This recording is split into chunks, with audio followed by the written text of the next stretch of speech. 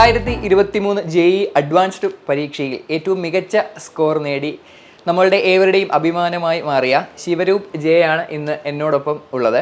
ശിവരൂപിൻ്റെ JEE advanced exam preparation strategies എന്തൊക്കെയാണ്, ആ ഒരു എക്സ്പീരിയൻസ് എന്തൊക്കെയാണെന്ന് നമുക്ക് മോനോട് തന്നെ ചോദിച്ചറിയാം.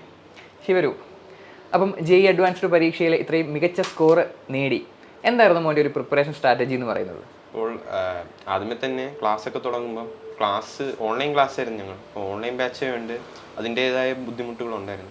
പക്ഷേ ക്ലാസ് കറക്റ്റ് സമയം കാണുക, പിന്നെ അത് നോട്ട് എഴുതി പിന്നെ റിവൈസ് ചെയ്യുക, പിന്നെ ഏറ്റവും ഇമ്പോർട്ടൻ്റ് ആയിട്ടുള്ളത് നമ്മൾ കൺസിസ്റ്റൻ്റ് ആയിട്ട് നമ്മൾ വർക്ക് ചെയ്യാൻ നോക്കുക. കാരണം ഇപ്പം ഒരു ദിവസം നമ്മൾ ഒരു നല്ലോണം ഇരുന്ന് പഠിച്ച് അതാണ് നാളെ ഞാൻ ചെറിയ ഫ്രീ ആണെന്ന് വിചാരിച്ച് ഇരിക്കുന്നത് അതൊരു നല്ല ചിന്താഗതിയല്ല എന്നാണ്. നല്ല ശീലമല്ല. കൺസിസ്റ്റൻസി ഇമ്പോർട്ടൻ്റ് ആണ്. കൺസിസ്റ്റൻസി ഇമ്പോർട്ടൻ്റ് ആണ്. അപ്പോൾ പ്ലസ് വണ്ണിലെ ക്ലാസ് സ്റ്റാർട്ട് ചെയ്യുന്ന സമയത്ത് ഓൺലൈനായിട്ടാണ് സ്റ്റാർട്ട് ചെയ്തത് അല്ലേ? ഓൺലൈനായിട്ട്.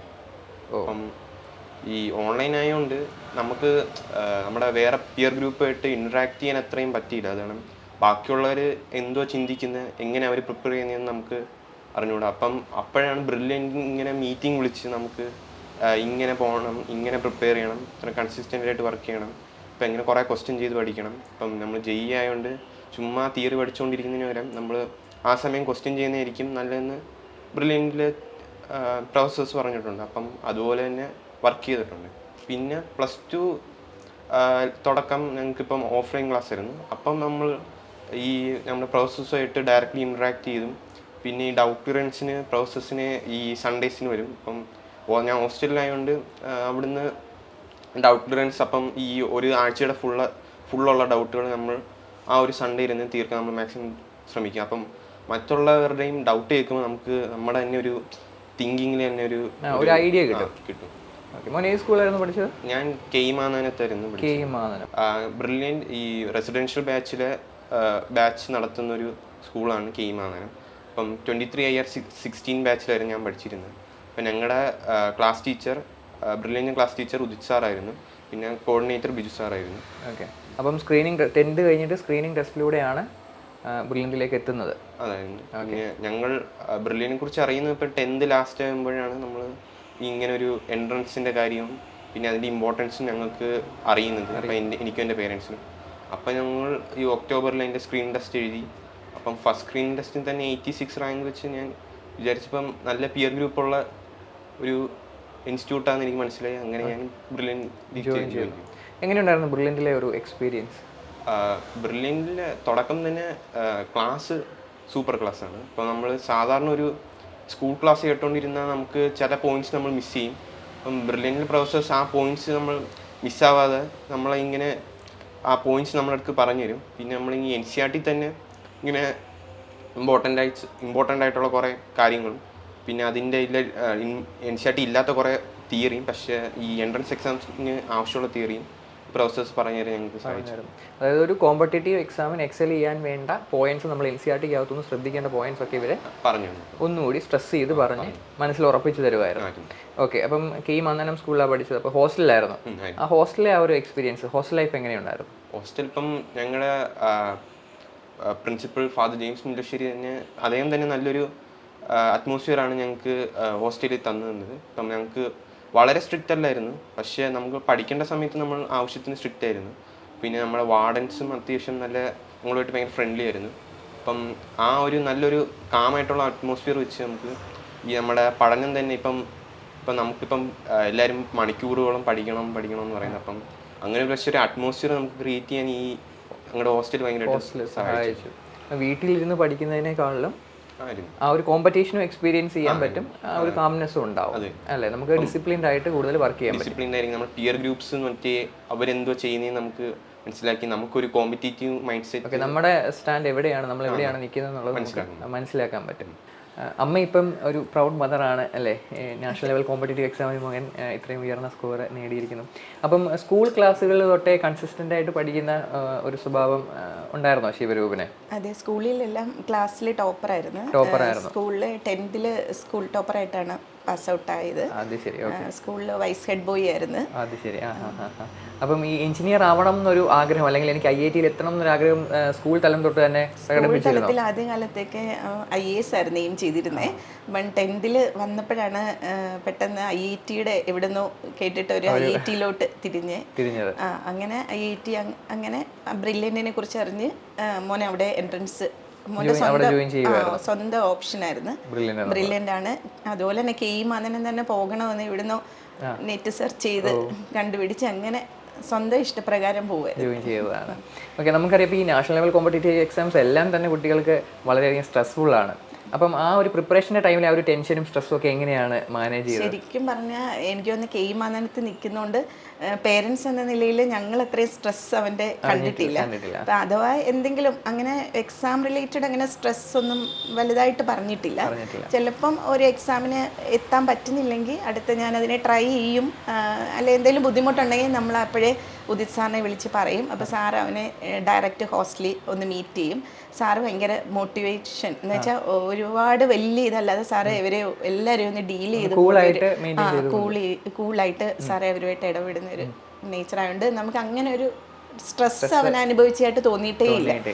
സന്തോഷത്തോടെ പഠിക്കുക. ഇപ്പം അമ്മ പറഞ്ഞു മോൻ സ്കൂൾ തലം തൊട്ട് തന്നെ കൺസിസ്റ്റൻ്റ് ആയിട്ട് പഠിക്കുന്ന ഒരു ശീലക്കാരനായിരുന്നു എന്നുള്ളത്. ശരിക്കും അപ്പോൾ തൊട്ടേ എൻട്രൻസ് എന്നുള്ളൊരു ഫീൽഡിലേക്ക് കടന്നിരുന്നു. അപ്പം നമ്മൾ സ്കൂൾ തലത്തിലൊക്കെ എഴുതാൻ പറ്റുന്ന എക്സാം ഉണ്ടല്ലോ, national talent search examination, NDSC, KVPVI പോലുള്ള എക്സാംസിനൊക്കെ അപ്പോൾ തൊട്ടേ പ്രിപ്പയർ ചെയ്തിരുന്നോ? മോൻ 7ാം ക്ലാസ് മുതൽ ഇപ്പോൾ ഒളിമ്പിയാഡ് അങ്ങനെയുള്ള പരീക്ഷകൾക്ക് തന്നെ തയ്യാറെടുത്തിരുന്നു. NDSC സ്റ്റേജ് 1 ക്വാളിഫൈ ചെയ്തു. സ്റ്റേജ് 2 1 മാർക്കിന് മിസ്സായി. അത് അദ്ദേഹത്തിന് വളരെ വിഷമമുണ്ടാക്കിയ ഒരു സംഭവമാണ്. പക്ഷേ എന്നാലും അതിൽ നിന്ന് റിക്കവർ ചെയ്യാൻ അദ്ദേഹത്തിന് മോന് പറ്റി. പിന്നെ എന്ന് പറഞ്ഞാൽ ബ്രില്യൻറ്റിൽ പോയതിന് ശേഷം KVPI SA-യിൽ അവന് ക്വാളിഫൈ ചെയ്ത് 419 റാങ്ക് നേടാൻ പറ്റി. അത് അവൻ്റെ ശരിക്കും എന്ന് പറയുന്നത് അത് ഒരു കോൺഫിഡൻസ് ബൂസ്റ്റ് ചെയ്യാനായിട്ട് എനിക്ക് പറ്റും. കാരണം ആൾ ഇന്ത്യ ലെവൽ ഒരു പരീക്ഷയിൽ 419 നേടുക എന്ന് പറയുന്നത് തന്നെ, അപ്പം എനിക്ക് ഇനി അഡ്വാൻസോ അല്ലെങ്കിൽ JEE മെയിനോ ഒക്കെ ക്വാളിഫൈ ചെയ്യാൻ പറ്റുമെന്നുള്ളൊരു തോന്നൽ ഉണ്ടാക്കി. ഓക്കെ, ഇപ്പം സാറിന് ഇങ്ങനെയായിരുന്നു മോനിപ്പം വീട്ടിൽ നിന്ന് മാറി നിന്ന് പഠിക്കുന്നു, ഇത്രയുള്ള സ്ട്രെസ്ഫുൾ ആയിട്ടുള്ള എക്സാമിന് പ്രിപ്പയർ ചെയ്യുന്നു. അപ്പോൾ പിതാവെന്നുള്ള നിലയിൽ ആ ഒരു ടെൻഷൻ എങ്ങനെയാണ് മാനേജ് ചെയ്തത്? എനിക്ക് തോന്നുന്നു ശരിക്കും പറയുന്നത് ബ്രില്യൻറ്റിലെ ഡയറക്ടേഴ്സിൻ്റെ ശരിക്കും ജോർജ് സാറിൻ്റെ ഒക്കെ മോട്ടിവേഷൻ ക്ലാസ് അവർക്ക് ഇടയ്ക്ക് ലഭിക്കുന്നുണ്ട്. ഞങ്ങൾക്ക് ശരിക്കും പേരൻസിനും ലഭിക്കുന്നതുകൊണ്ട് ഞങ്ങൾക്ക് വളരെ, കാരണം ഞങ്ങളെ കുട്ടികളെ അവർ ബ്രില്യൻ്റ് നോക്കിക്കോളും. കാരണം സാർ ഇടയ്ക്ക് അവിടെ ഹോസ്റ്റലിൽ പോയി അവർക്ക് സ്കൂളിലും പോയി ക്ലാസ് എടുക്കുന്നുണ്ടെന്നുള്ളത് മനസ്സിലായി. സാറിൻ്റെ ഞങ്ങൾക്കും ശരിക്കും പേരൻസ് എങ്ങനെയാണ് കുട്ടികളോട് ബിഹേവ് ചെയ്യേണ്ടതൊക്കെ സാറിൻ്റെ ഞങ്ങൾ എന്താണ് ചെയ്യേണ്ടത്, ഒരു പേരന്റ് എന്താണ് ചെയ്യേണ്ടതെന്ന് സാറിൻ്റെ ജോർജ് സാറിൻ്റെയും സ്റ്റീഫൻ സാറിൻ്റെയും ഒക്കെ മോട്ടിവേഷൻ ക്ലാസ്സുകൾ ഞങ്ങൾക്കും ഒരു അനുഗ്രഹമായിരുന്നു. ഞങ്ങൾക്ക് എന്താണ് ചെയ്യേണ്ടതെന്നുള്ളത് ഞങ്ങൾക്ക് മനസ്സിലായി. മോൻ നേരത്തെ ബ്രില്യൻറ്റിൻ്റെ മാന്നാനം സ്കൂളിലെ ആ ഒരു ഡിസിപ്ലിനും അല്ലേ, അപ്പോൾ ആ ഡിസിപ്ലിൻ പിന്നെ സിസ്റ്റമാറ്റിക് ആയിട്ടുള്ള ആ ഒരു പഠനത്തിൽ അതൊക്കെ എങ്ങനെ ഹെൽപ്പ് ചെയ്യുന്നുള്ള കാര്യങ്ങൾ പറഞ്ഞു. അപ്പം സ്റ്റഡീസിന് വേണ്ട ഒരുപാട് ഫെസിലിറ്റീസ് ബ്രില്യൻറ്റ് പ്രൊവൈഡ് ചെയ്തിരുന്നു.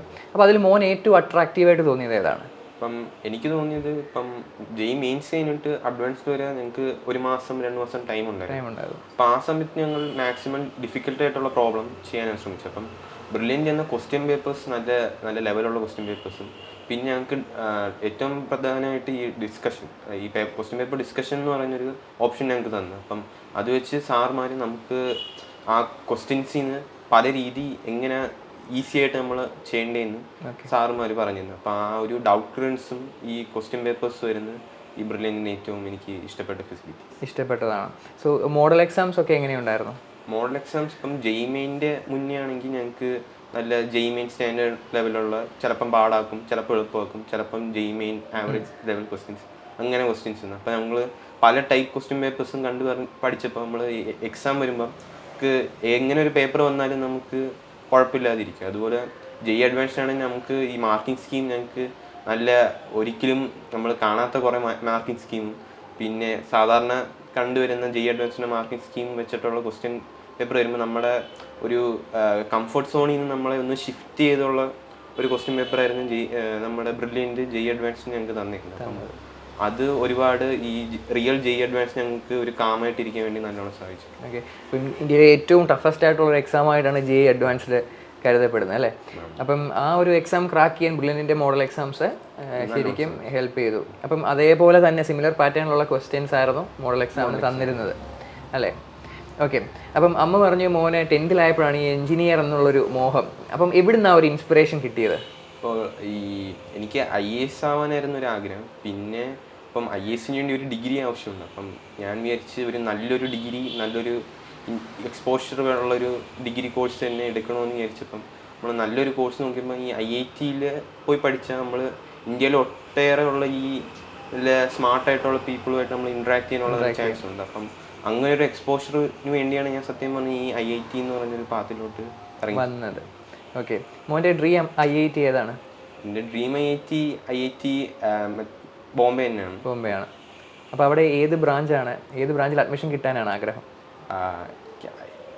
ആഗ്രഹം എന്ന് പറഞ്ഞാൽ ആദ്യമേ IIT ബോംബെ കമ്പ്യൂട്ടർ സയൻസ് കിട്ടണമെന്നുണ്ട്. പിന്നെ ഇപ്പം നല്ലൊരു പഴയ ഏതെങ്കിലും 7 IITകളിൽ കമ്പ്യൂട്ടർ സയൻസ് കിട്ടിയാൽ കൊള്ളാം.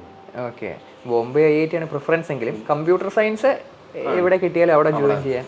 ഇപ്പം IIT ബോംബെ ഇലക്ട്രിക്കൽ കിട്ടിയാലും ഇപ്പം ഗുവാഹട്ടി വല്ല കമ്പ്യൂട്ടർ സയൻസ് കിട്ടിയാലും ഞാൻ ഗുവാഹട്ടിയിൽ കമ്പ്യൂട്ടർ സയൻസ്. ഓക്കെ. അപ്പോൾ കമ്പ്യൂട്ടർ സയൻസ് എന്ന ബ്രാഞ്ചിനോടാണ് നമുക്ക് ഇഷ്ടം.